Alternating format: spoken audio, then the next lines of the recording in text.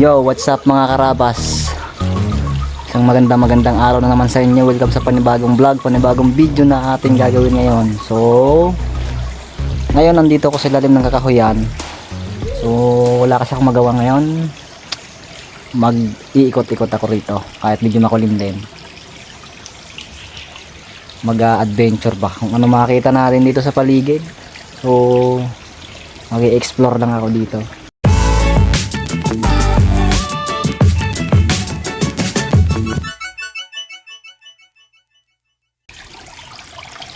Alright,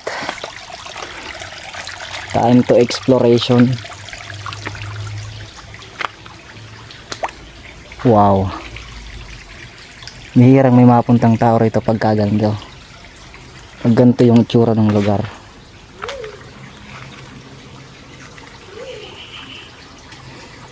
Ano kaya kung may mga isda rin dito? Grabe. Hee.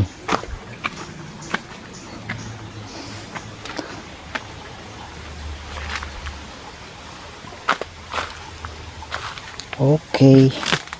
Grabe oh. Ito mga karabas oh. Yan.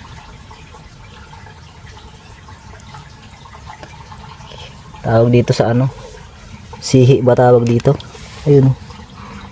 Wow. Meron pala niyan dito, napakarami. Pwede ito pang ulam. Kung marami.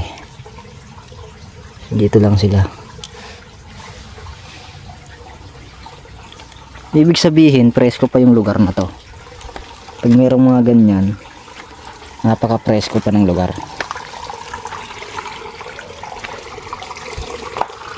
Wow.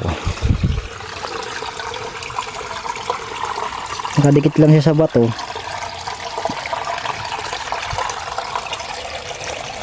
Tulad nito oh. Ayan siya oh. Oh. Pagka talagang gusto mo maghanap ng pang-ulam, pwede na yun. Talo-talo na yun dito sa amin. Gata lang tsaka yung ano, yung lubi-lubi kung tawagin dito sa amin sa Bicol. Talo-talo na yan. Gata. Marami nga akong nakikita. Pero tsaka na ako mag-focus dyan pag may oras ako. Ayan o. Ito yung sinasabing lubi-lubi sa amin. Yan. Sa Maynila ano lang yan ginagawang ano lang yan, halaman. Yan naman meron na naman siya oo. Yan pa isa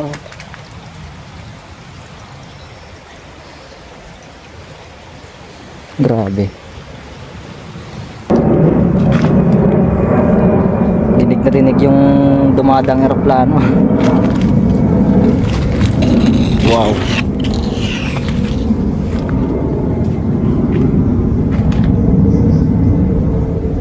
Grabe. Nyo guys oh. Kung gaano kasukal ng lugar. Napakasukal.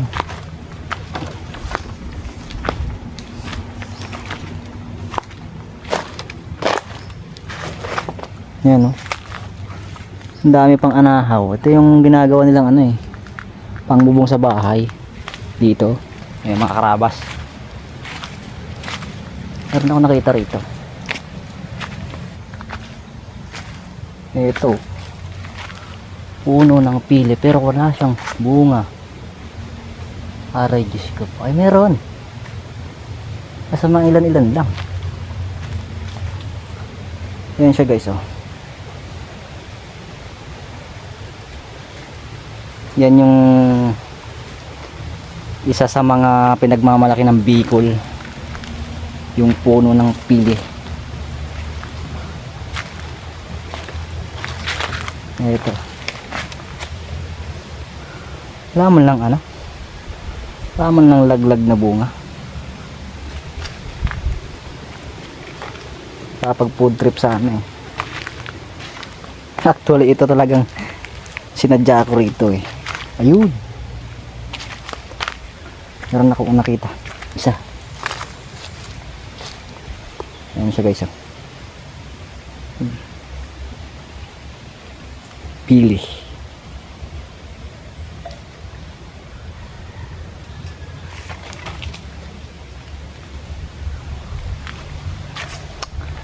Ay nako.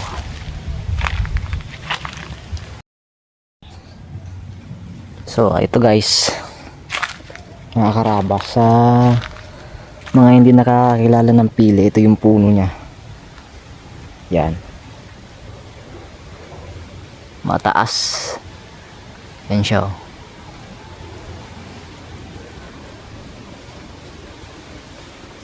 Yan.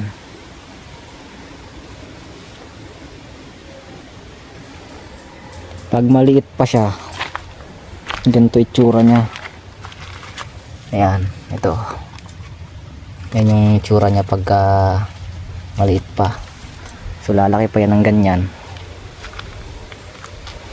Tapos yung bunga niya, ito yung sample ng bunga niya na ano eh, na bagong ano tawag dito, bagong sibol. Siguro mga ano na to, mga ganito itsura, mga 2 weeks. Alam mo kasi hindi ko sure kung isang buwan matigas na yung ganito na siya, yung ganito. Yan, ito yung itsura nya, yung bunga nya kulay itim. So ito kasing bunga nito guys, maraming pakinabang to dito sa amin sa Bicol. Unang una yung itong kulay itim na to, kinakain din namin to eh. So ginagawa nito, binababad nila sa mainit na tubig, tapos pagka siguro mga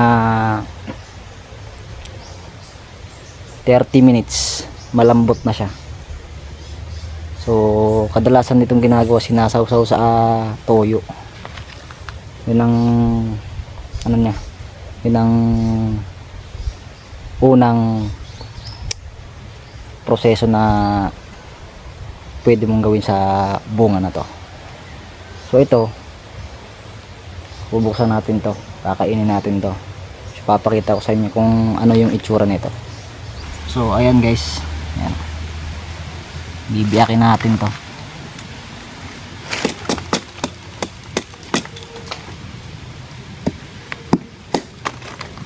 Ayan, ayan guys, ayan yung tatlong layer nya. Una, itong kulay itim. Pangalawa, yung pinakang bao nya. Tapos yung laman. Ayan, kunin natin yung laman. So dito sa amin, ginaganyan lang yan sinusungkit lang siya. Ito, pagka ganito, dito kadalasan tinatapon na to. Pagka yung kakainin mo lang talaga siya, tatapon mo na siya. Ayan yan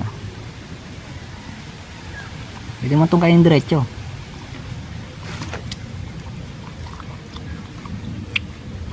Sarap ng lasa niya. Mas masarap pa siya sa mani.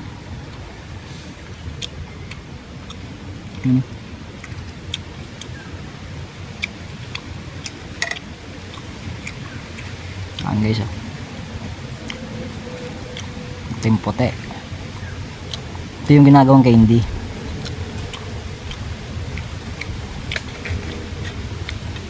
Yun ang pinakang ano niya, kadalasan na ginagawa pagka marami. Ginagawa talaga nilang candy to.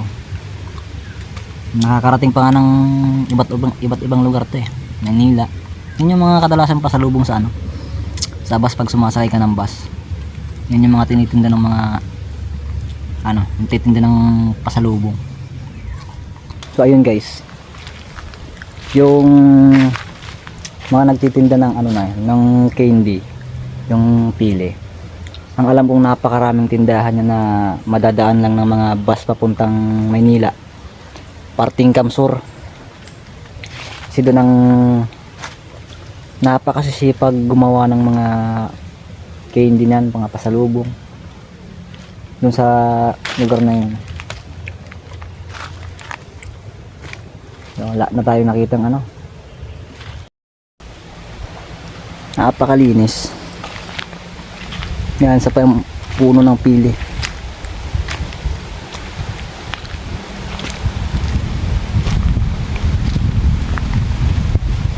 Dang ano, pinagtanggalan, no? Yan siya, oh.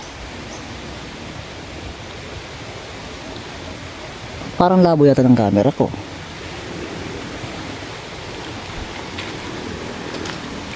Dinis dito, parang yung mga tumatambay yata rito, ah. Nagtataka lang ako kung bakit para siyang ano, mga dinikit na bato, maliliit na ano, ganito. Para siyang sinemento, pero hindi, natural talaga siya, tulad nitong isang to. Ayan, oh. Di ba parang may mga nakadikit na graba. Ang daming nakakaamoy sa ano eh, dito sa bundok pagka nandito ka. Marami kang matutuklas sa mga bagay-bagay na mamamangha ka eh.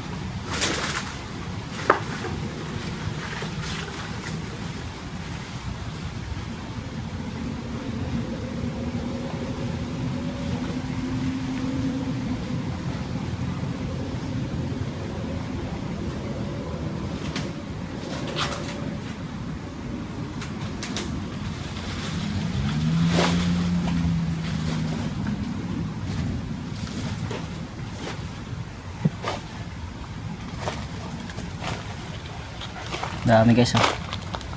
Ang dami, oh. Umpisahan na natin to.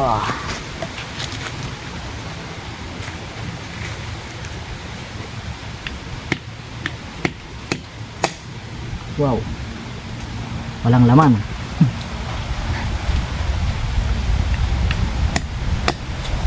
Yun, oh.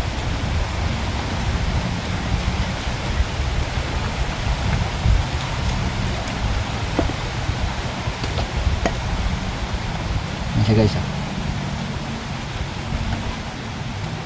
Ting puti.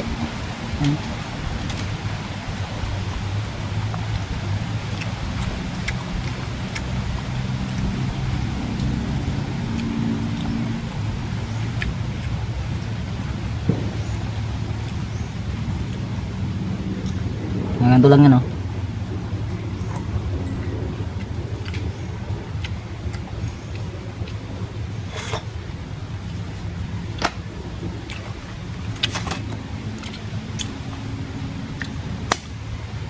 Bulok.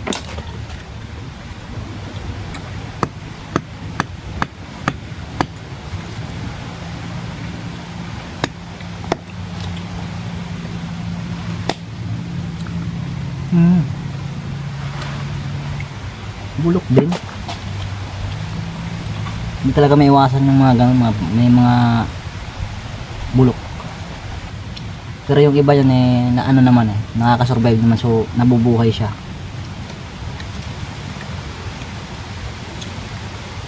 Wala lang tayong makitang ano dito, wala lang tayong makitang bagong usbong na pili para makita natin yung itsura, pinang itsura niya pag nabuhay siya.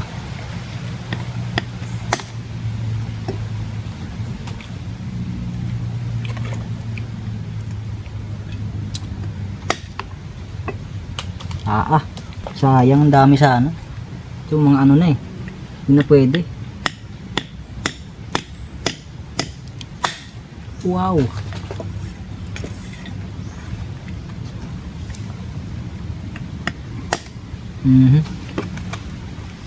Parang nanibago yata ako mamulot ng ano.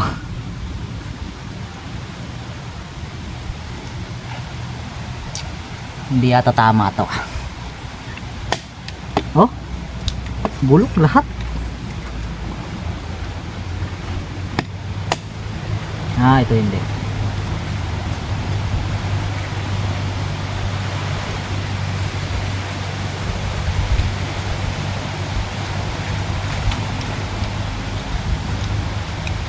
Nagtatanong kasi sa akin nito kung ano daw yung lasa nito eh. Kung mani tsaka kasoy papipiliin ako, dito na lang ako. Iba yung lasa eh. Ito kahit ilaw, masarap siyang kainin. Lalo na pagka ginawang kain dito.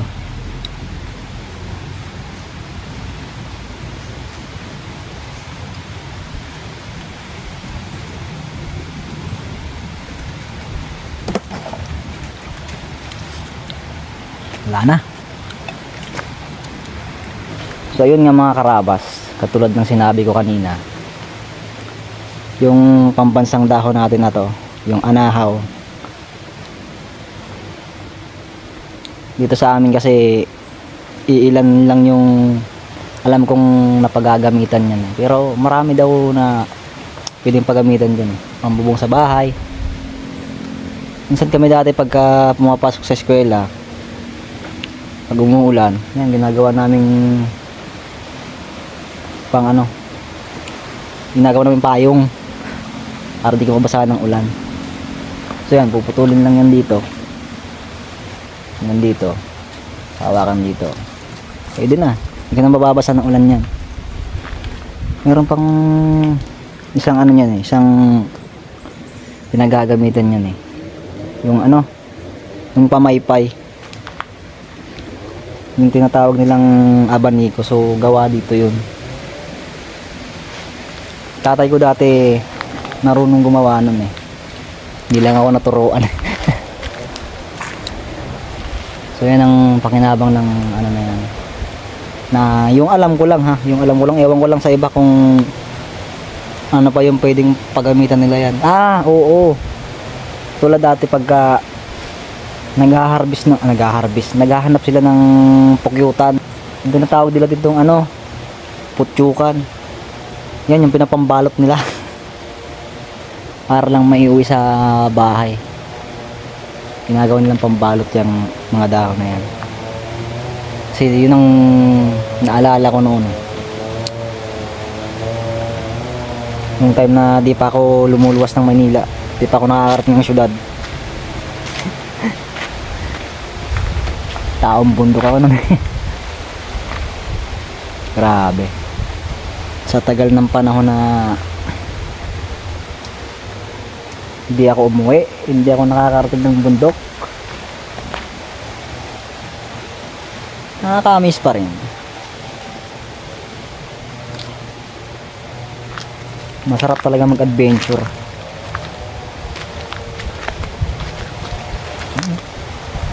Ang laki.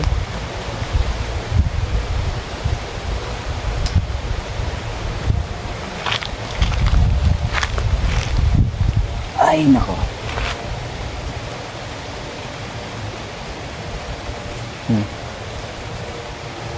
Maliit lang.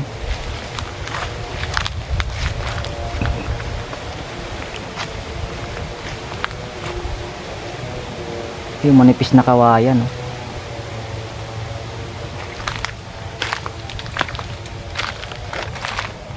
Yung ginagawang rad sa pamingwit, yung kadalasang ginagamit namin pagka namiminwit kami. Yan, yung maninipis na kawayan na yan. Tawag yan dito, uras.